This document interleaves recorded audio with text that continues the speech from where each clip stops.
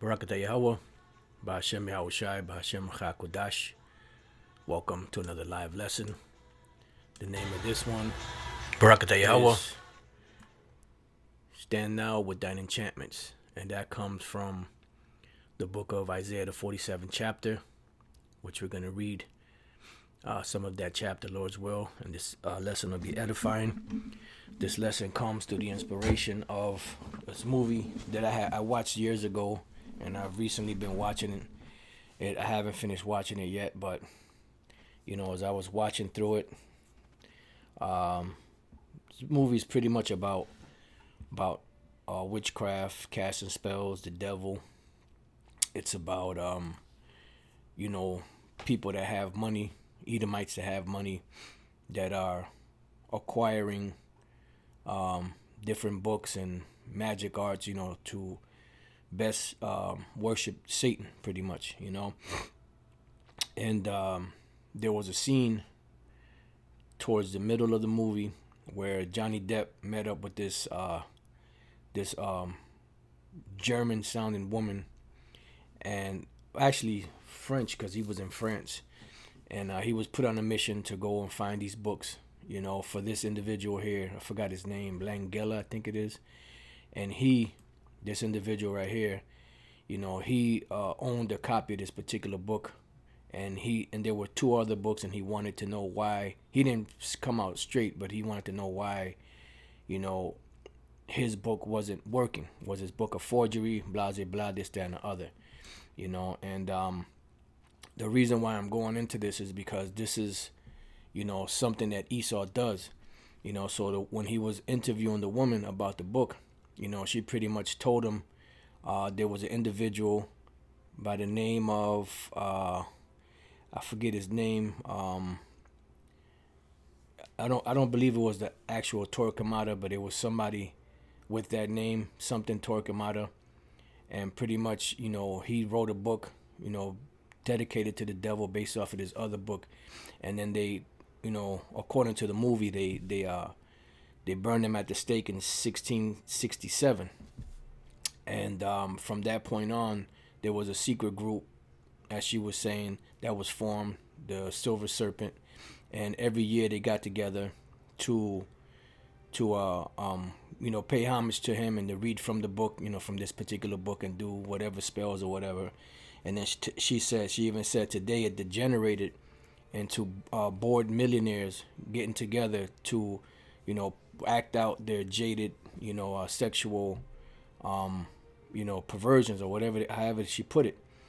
So pretty much, orgies, and it made me think of, the Bohemian Grove, which the Bohemian Grove is, the last 2 weeks of July, all these top officials, celebrities and all that, they meet together. I'm not sure how many celebrities go there, but I know Ronald Reagan, which was the president, he was also the governor, and he also was in movies before that. So all these top men and celebrities and stuff meet, and, even this individual here, Richard Nixon, said that it's the most faggiest thing you ever want to see, because that's how Esau gets down.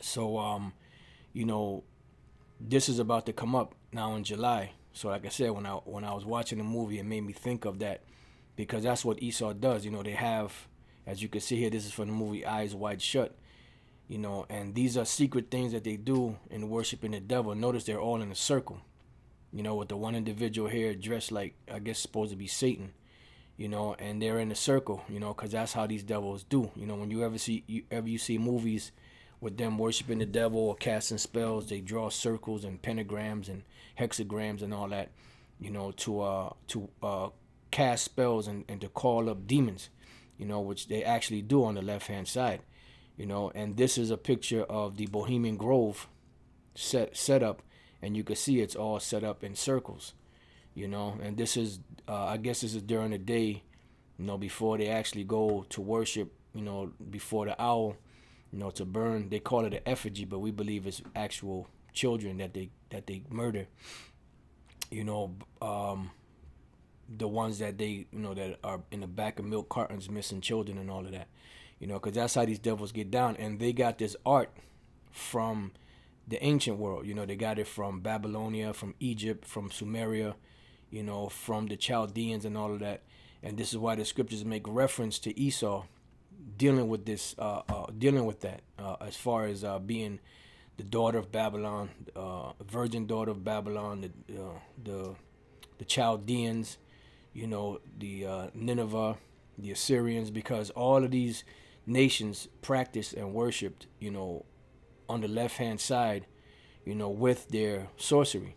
You know, they don't worship the Most High. They worship deities. They worship, you know, they have certain things that they do, you know, where they cast spells and, you know, and have human sacrifices and things of that nature.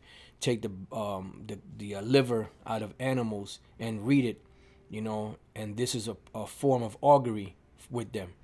So when the president has his inauguration, he's pretty much taking on the omens or the demons, you know, for the nation for the period of time that he's in office, you know, and it all ties in with the scriptures, because we read here in Isaiah 47:1, "Come down and sit in the dust, O virgin daughter of Babylon." Salakia. And the reason why the Lord's telling them to sit in the dust, O virgin daughter of Babylon, is because they're exalted. And the way that they're exalted is through their witchcraft and through robbing the world of their resources. And when they set themselves up as a so-called God-fearing Christian nation, which implied, you know, that they were believers in the Heavenly Father, they were believers in his book, they were defenders of his book, you know, so on and so forth. But as time goes on, you know, as time passes on in Babylon, inside joke, you'll see that they don't believe in the Most High, they believe in Satan. And this is why they do the things that they do and pass the laws that they pass. But yet they'll use the Bible, you know, to push their agenda, because they know that people believe in this book, because this book has power. So they'll use the book for their benefit, but then they'll throw it away. That's why the Lord said that they cast their words behind them. You know, they'll cast it away, you know, and bring out their own penal codes. So the Lord saying, look, sit down, because this lofty state that you're in, you're going to be brought down. Sit on the ground. There is no throne, O daughter of the Chaldeans. Now, if you know anything about the Chaldeans were the wise men of Babylon, you know, that would come before the different Babylonian, you know, the different kings of Babylon, and work their magic, you know. So I was doing some research, and I found this site here, which I put in the description box. It's called Myth and Legends of Babylonia and Assyria, Chapter 10, The Magic and Demonology of Babylonia and Assyria. It says, like other primitive races, the peoples of Chaldea scarcely discriminated at all between religion and magic, because they don't. Reason why they didn't discriminate is because the gods of these nations are nothing but idols. They're not the Most High. They don't worship the Most High. You know, they worship, you know, birds and, you know, and different animals and different things of that nature, because the gods that they worship are not gods at all. It says, for all the Psalms 96:5, for all the gods of the nations are idols, but the Lord Yahweh made the heavens. So this is why they do that, because they don't have a real God. What their so-called gods are is pretty much, you know, myths, legends, you know, or actually myths that were written, you know, about this individual or that individual. Or what they would do is take an individual like Nimrod and deify him, an individual like Semiramis and deify her, an individual like Tammuz and deify him, and put different legends, so to speak, surrounding them, and, you know, pushing them up on a pedestal as if they were actual gods, but they're not. So it says, one difference between the priest and the sorcerer was that one employed magic for religious purposes, whilst the other used it for his own ends. You know, and if you notice, everything that the Most High has done there's a duality in it. Like the Most High has a priesthood, and the priesthood went back before the Levitical priesthood. You know, and this is why the scriptures say that the Lord's going to make us a nation of kings and priests, because the first priest of the Lord was Melchizedek, and he came before the Levitical priesthood came, but the Most High used that to set up the Levitical priesthood, you know, and this is why there's a clause in the law that states that the Most High was going to make us a kingdom of priests and kings and priests unto the Most High, because all of the nation of Israel, the men of them, are going to be priests in the kingdom, because we're not going to have to teach anybody else anymore, all right, except for the nations. It says the literature of Chaldea, especially its religious literature, teems with reference to magic. See, and in its spells and incantations, we see the prototype of those employed by the magicians of medieval Europe. And those magicians of medieval Europe, what she was speaking about, that one dude, forget his name. They mentioned his name a couple of times, something Torquemada, something like that. Was one of the this all this stuff came from ancient Chaldea. That magic art from Chaldea. You know, the mystery religions, as they're called today. All right, it says, indeed, so closely do some of the Assyrian incantations and magical practices resemble those of the European sorcerers of the Middle Ages and of primitive peoples of the present day, that it is difficult to convince oneself that they are of independent origin, and they're not of independent origin. All Esau did was amalgamate all of those different deities and gods and spells and sorcery and warlocks and witchcraft and, you know, all that into one. You know, so that's why they're known as Babylon the Great. You know, not only are there different religions here, different nations, different speeches, but also different witchcraft that they worship. But the thing is, they don't worship it openly. They show it openly in movies and different things, but they don't worship it openly because they know that, you know, this is not well accepted with the majority of people. All right, so I mean, I'm not going to read all of this. I'm going to jump around to the parts where it speaks about the Chaldeans. It said that Chaldean magic was the precursor of European medieval magic, as apart from popular sorcery and witchcraft, is instanced not only by the similarity between the systems, but by the introduction into medieval magic of the names of Babylonian and Assyrian gods and magicians. And when we go back into the history, we encounter many instances from different nations of their priesthood and their magicians and their sorcerers, such as in Genesis 41:8, dealing with the Pharaoh. It says, and it came to pass in the morning that his spirit was troubled, and he sent and called for all the magicians of Egypt and all the wise men thereof. And Pharaoh told them his dream, but there was none that could interpret them unto Pharaoh. So the Egyptians, they had a priesthood, they had wise men, they had witches, they had warlocks, they practiced magic. And this is why Moses, you know, pretty much did battle with the Egyptian priesthood. You know, he would do something, they would do it, he would do something else, they would do it. And then finally it came to the point where they couldn't keep up with Moses. Okay? Exodus 7:11, then Pharaoh also called the wise men and the sorcerers. Now the magicians of Egypt, they also did in like manner with their enchantments. See? So Pharaoh called his wise men, sorcerers, and the magicians, they also did like manner with their enchantments, because they had enchantments. And all of these magic arts, these mystery religions, were passed down from nation to nation. All right, let's go to Esther 1:13. Then the king said to the wise men which knew the times, for so was the king's manner toward all that knew law and judgment. See, so in every captivity, in every nation, you had a priesthood, you know, and it's no different today. When we go down to, where is it? Daniel, right?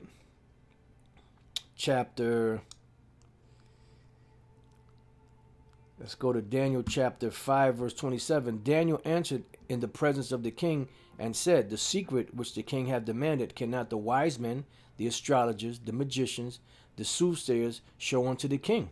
You see? So even among the Babylonians, among the Assyrians, among the Romans, among the Greeks. During the Middle Ages, Jake was going off into that demonic stuff. When you go back when Israel was brought through the wilderness and was being established in the land of Israel, they were worshiping the different deities, Baal and Ashtoreth, and burning their children to Molech and all of that. That's nothing new. What these Edomites are doing today is nothing new. They just borrowed from all them different ancient civilizations. All right, so now Daniel 5:7, it says, the king cried aloud to bring in the astrologers, the Chaldeans, and the soothsayers.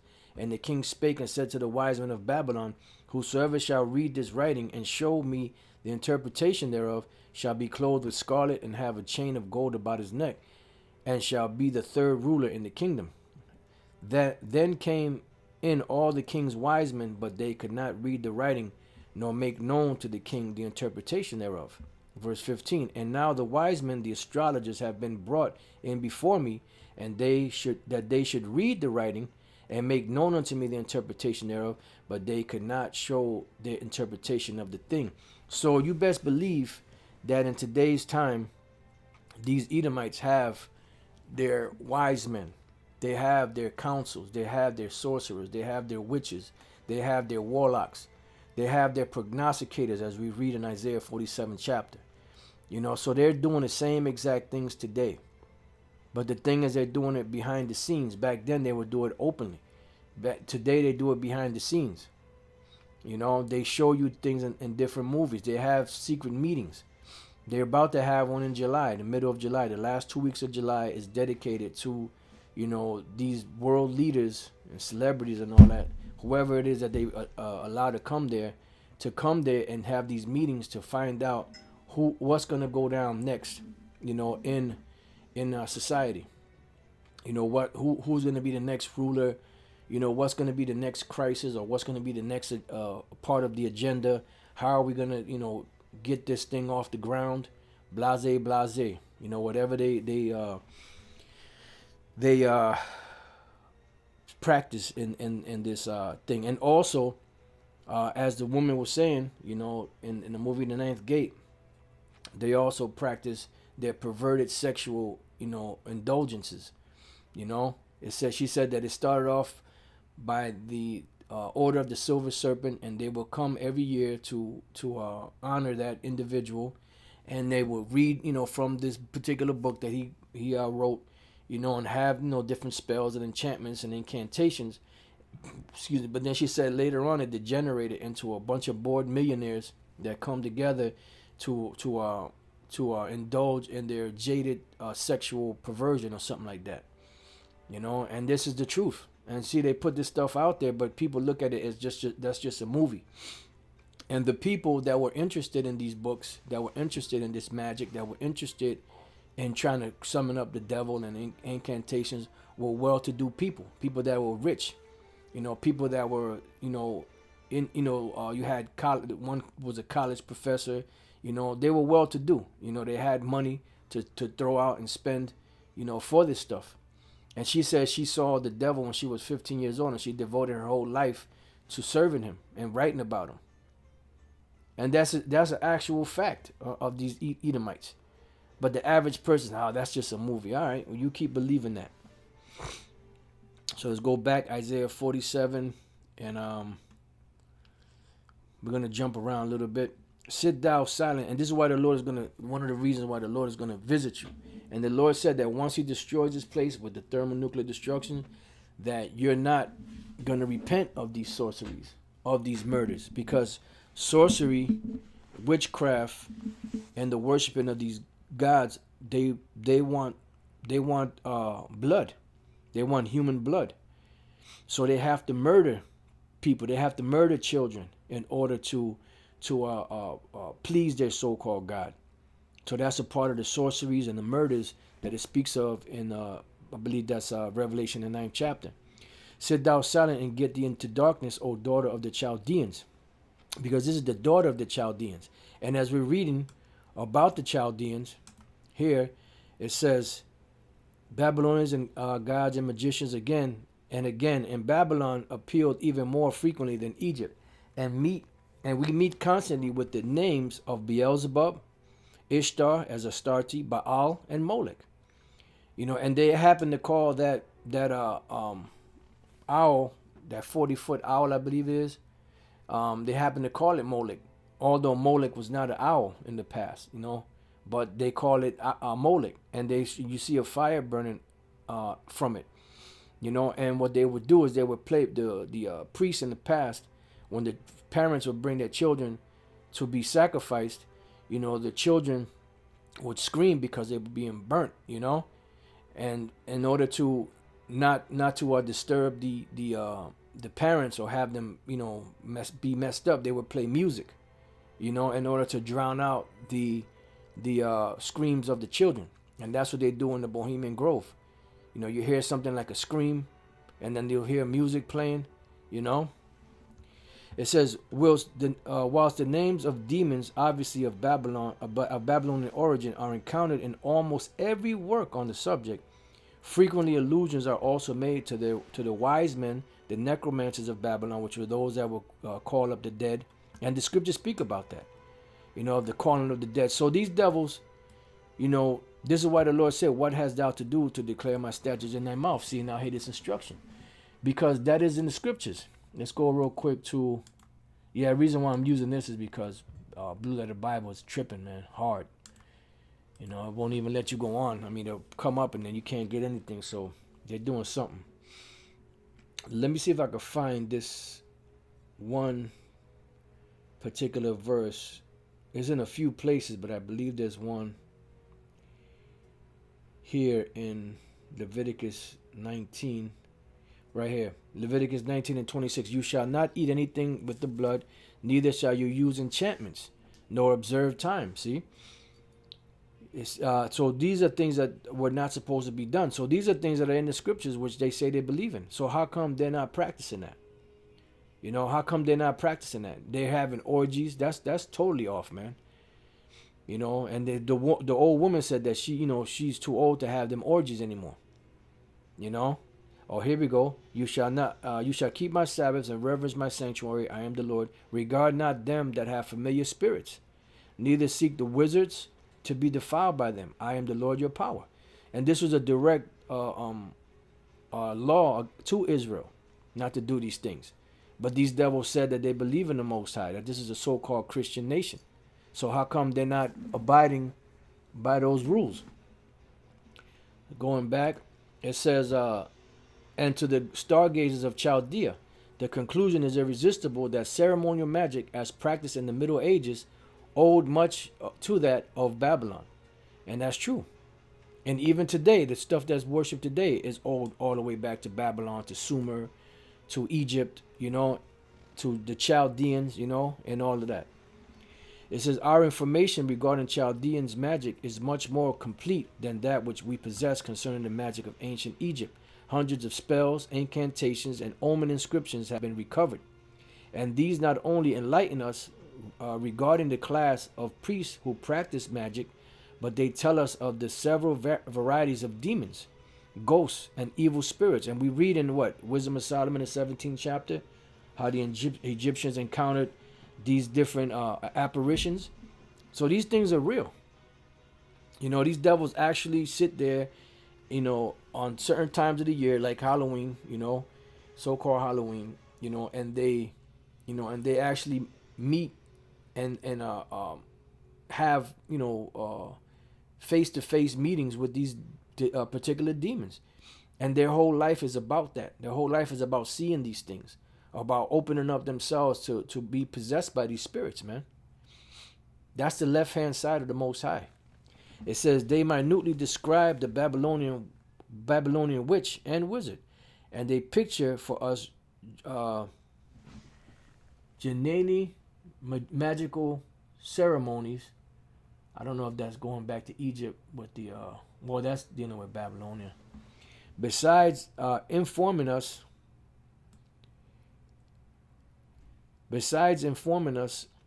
of the names of scores of plants and flowers possessing magical properties and magical substances, like the magic mushroom cat, jewels, amulets, and the like. Also, they speak of sortilege, or the divination of the future, of the drawing of magical circles, of the exorcism of evil spirits, and the casting out of demons. And pretty much reading this is like we're reading a script for something that's happening in America.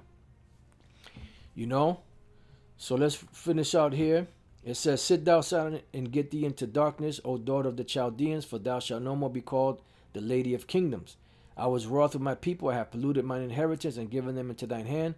Thou didst show them no mercy. Upon the ancients hast thou very heavily laid thy yoke, and they've done that.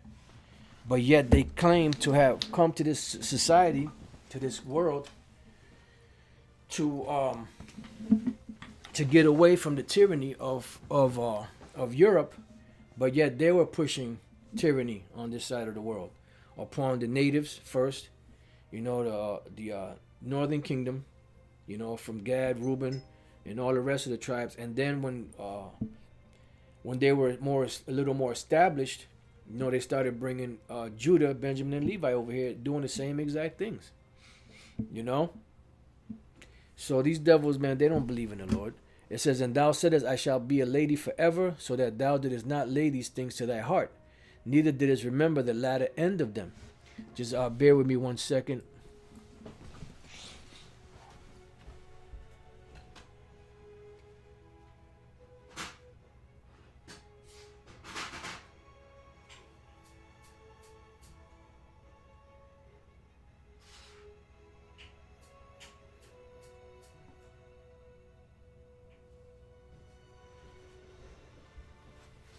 All right. So it says, therefore hear now this, thou that art given to pleasures, that dwellest carelessly, and sayest in thine heart, I am, and none else besides me, and I shall not sit as a widow, neither shall I know the loss of children. And that's what they believe, that they're going to continue on, and their houses are going to continue on to every generation. They never think that they're ever going down. And all this wickedness they've done, they figure that time passed, you know, and it just healed everything, so everything is up to par now. But it's not. It says, but these two things shall come to thee in a moment, in one day, the loss of children and widowhood. They shall come upon thee in their perfection for the multitude of thy sorcery. See, because there was many sorceries, it wasn't just one. And for the great abundance of thine enchantments, and you've been busy. That's what the scriptures speak about. From thy youth. Let me see if I can find that. This one doesn't have a okay.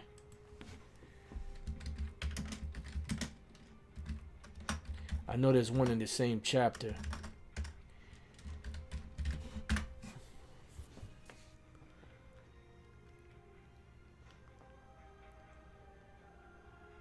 Right, here it goes. Job 20:11. His bones are full of the sin of his youth, which shall lie down with him in the dust.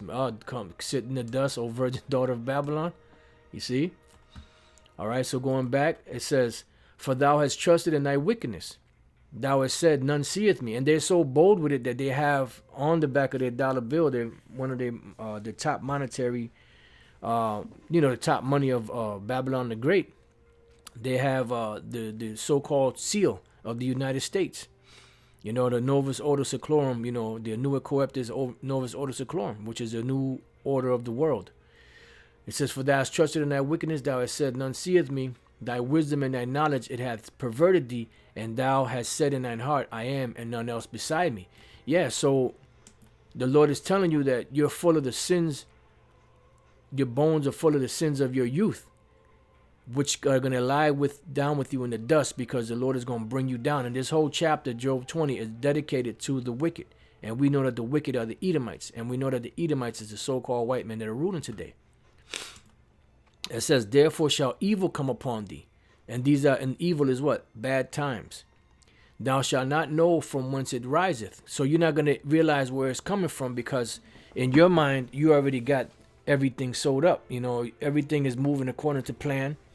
And it's going to be moving according to plan for you until the Lord throws that monkey wrench in there. And then you're going to be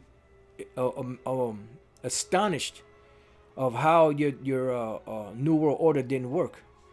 It says, and mischief shall come upon thee, fall upon thee, thou shalt not be able to put it off. And desolation shall come upon thee suddenly, which thou shalt not know, because this is going to come upon you quickly and swiftly. And in 1 hour, you're going to lose all of this that you've worked so hard and spent so much money on and establishing and building up. It's going to be gone in 1 hour. Stand now with thine enchantments and with the multitude of thy sorceries, wherein thou hast labored from thy youth. We just read that in the book of Job.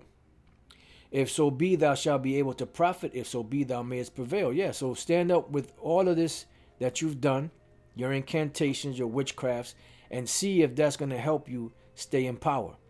Thou art wearied in the multitude of thy counsels, because they're having these councils. They're about to have one in the middle of July, which is the Bohemian Grove. This goes back to the 70s, 80s, I believe it was 70s, and 80s. And then this is also back then, and you could see how the Bohemian Grove tables were set up in circles, just as we've seen in the movie Eyes Wide Shut. There's no coincidence that that's set up like that. Oh, they just did that so that they can make more room. No, they did this on purpose. When you go to the United Nations building, it's set up somewhat in like a half circle.